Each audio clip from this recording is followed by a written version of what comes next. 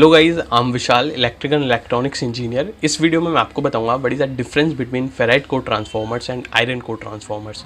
जो भी गाइज हमारे फेराइट कोर ट्रांसफार्मर्स होते हैं उनका जो साइज़ होता है वो काफ़ी छोटा होता है हमारे नॉर्मल आयरन कोर ट्रांसफार्मर्स से। और गाइज जो हमारे फेराइट कोर की जो कोर होती है वो भी काफ़ी डिफरेंट होती है हमारे आयरन कोर की जो हमारे ट्रांसफार्मर्स होते हैं उसके कंपेरिजन में। अब जो गाइज हमारे आयरन कोर होती है उसमें हम single piece of iron use नहीं करते, उसमें नंबर ऑफ शीट्स को मिलाकर एक कोर को डिज़ाइन किया जाता है और एक पर्टिकुलर शीट है गाइज उसको लेमिनेट किया जाता है, फिर उसके बाद दूसरी शीट लगाई जाती है, फिर उसको लेमिनेट किया जाता है ताकि एडी करंट का जो है वो जो है रिड्यूस हो सके। तो ऐसा नहीं करते गाइस हम अपने फेराइट ट्रांसफार्मर्स में सिंगल एक फेराइट की जो कोर है हम उसको यूज़ कर लेते हैं और इसका जो साइज़ है वो भी काफ़ी कम होता है। और गाइस जो हमारा स्विचिंग एक्शन है हमारे फेराइट कोर ट्रांसफार्मर का वो हमारे जो नॉर्मल ट्रांसफार्मर्स हैं उससे क्यों डिफरेंट है, इसकी जो प्रैक्टिकल वीडियो है, प्रैक्टिकल व्यू मैं अभी आपको इसी वीडियो में दिखाऊंगा। अब गाइस क्या होता है कि जो हमारे फेराइट कोर ट्रांसफार्मर्स हैं ये हमारे जनरली यूज़ किए जाते हैं SMPS सप्लाई के अंदर।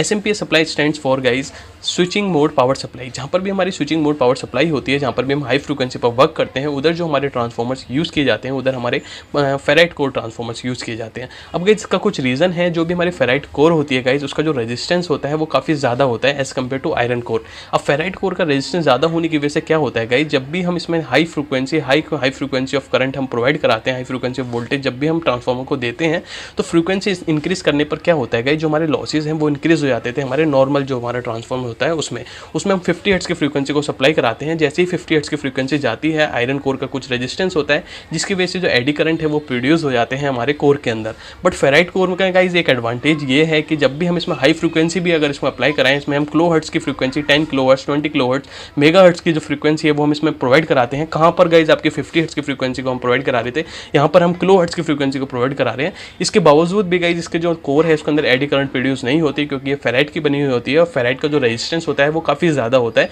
जिसकी वजह से जो आपके एडी करंट का जो हमारा कह सकते हैं रीज़न था वो यहाँ पर अवॉइड हो जाता है, यहाँ पे एडी करंट प्रोड्यूस ही नहीं होते। सेकंड गाइस इसका साइज क्यों छोटा होता है, तो गाइस जो भी हमारे ट्रांसफार्मर्स होते हैं वो कितनी पावर को ट्रांसमिट कर रहे हैं, कितनी पावर को ट्रांसफ़र कर रहे हैं, वो डिपेंड करता है गाइस उसके कोर के साइज पर और उसके अंदर कितना फ्लक्स इंड्यूस हो रहा है। अब गाइस अगर हमें पावर बढ़ानी है तो गाइस हमें क्या करना होगा, जो हमारी सप्लाई फ्रीक्वेंसी है उसे इंक्रीज़ करनी होगी क्योंकि पावर होता है power is equal to energy into में सेकंड्स। अब गाइस अगर आपकी 50 हर्ट्ज़ की फ्रीक्वेंसी आ रही है और आप पर्टिकुलर एक एनर्जी ले रहे हैं तो power is equal to energy into 50 hertz हो गया। अगर आपको पावर बढ़ानी है तो गाइज अगर हम नंबर ऑफ फ्रीक्वेंसी सेकंड में बढ़ा दें तो हमारी पावर बढ़ जाएगी। तो ये जो अगर हम पावर बढ़ाना चाहते हैं तो गाइज अगर हम नॉर्मल ट्रांसफार्मर्स के अंदर अगर हम पावर फ्रीक्वेंसी बढ़ाते हैं तो गाइज वहाँ पर ये एप्लीकेबल नहीं होता क्योंकि उधर जो लॉसेज हैं वो बढ़ जाते हैं, जिसकी वजह से जो हीट है वो ज़्यादा जनरेट हो जाती है, जो आपका ट्रांसफार्मर है वो डैमेज हो जाता है। बट जो आपके फेराइट कोर ट्रांसफार्मर्स होते हैं गाइज इसके अंदर हम क्या करते हैं, मैंने अभी आपको बताया था कि इसके अंदर हम मेगा हर्ट्ज़ किलो हर्ट्ज़ की जो फ्रीक्वेंसी है वो यूज़ करते हैं।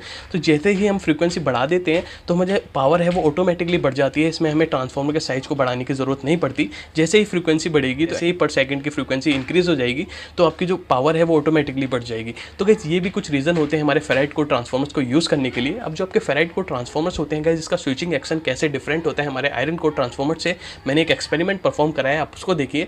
अब जो आपका एक्सपेरिमेंट है इसमें मैंने क्या करा है कि जो हमारे ट्रांसफार्मर्स हैं उसकी जो कोर है मैंने वो निकाल ली है। एक ट्रांसफार्मर था मेरे पास, उसकी मैंने फेराइट कोर को निकाल लिया है। एक मेरे पास मैग्नेट है, एक मेरे पास आयरन का पीस है और गाइस एक मेरे पास आयरन कोर है। आयरन कोर मीन्स गाइस मैंने पर्टिकुलर कोर तो नहीं लिया है लेकिन आयरन का पीस ले लिया है क्योंकि इसी आयरन से ही जो है हमारी कोर को डिज़ाइन किया जाता है।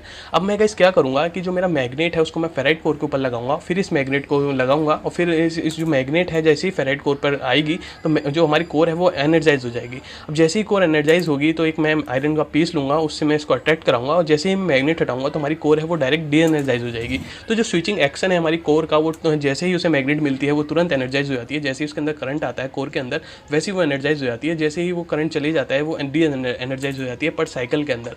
बट गाइस जो हमारी आयरन कोर होती है उसमें भी मैं आपको एक्सपेरिमेंट दिखा रहा हूँ कि इसमें क्या होता है कि जैसे ही मैग्नेट इसके पास आती है तो क्या होता है कि एनर्जाइज तो हो जाता है, बट मैं जैसे ही मैग्नेट हटा रहा हूँ, जैसे ही साइकिल जीरो पर आती है तो ये जो कोर है डायरेक्ट जो है हमारी इंस्टेंटली में ये जो है जीरो नहीं होती, ये कुछ टाइम ले लेती है, जिसकी वजह से जो इसके अंदर है कुछ मैग्नेटिक फ्लक्स रह जाता है, जिसकी वजह से जो हिस्टेरिसिस लॉसेज है वो भी इंक्रीज हो जाते हैं।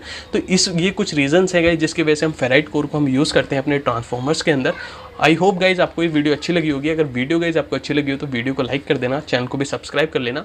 मिलते हैं कल गाइज एक न्यू वीडियो के साथ। Thank you.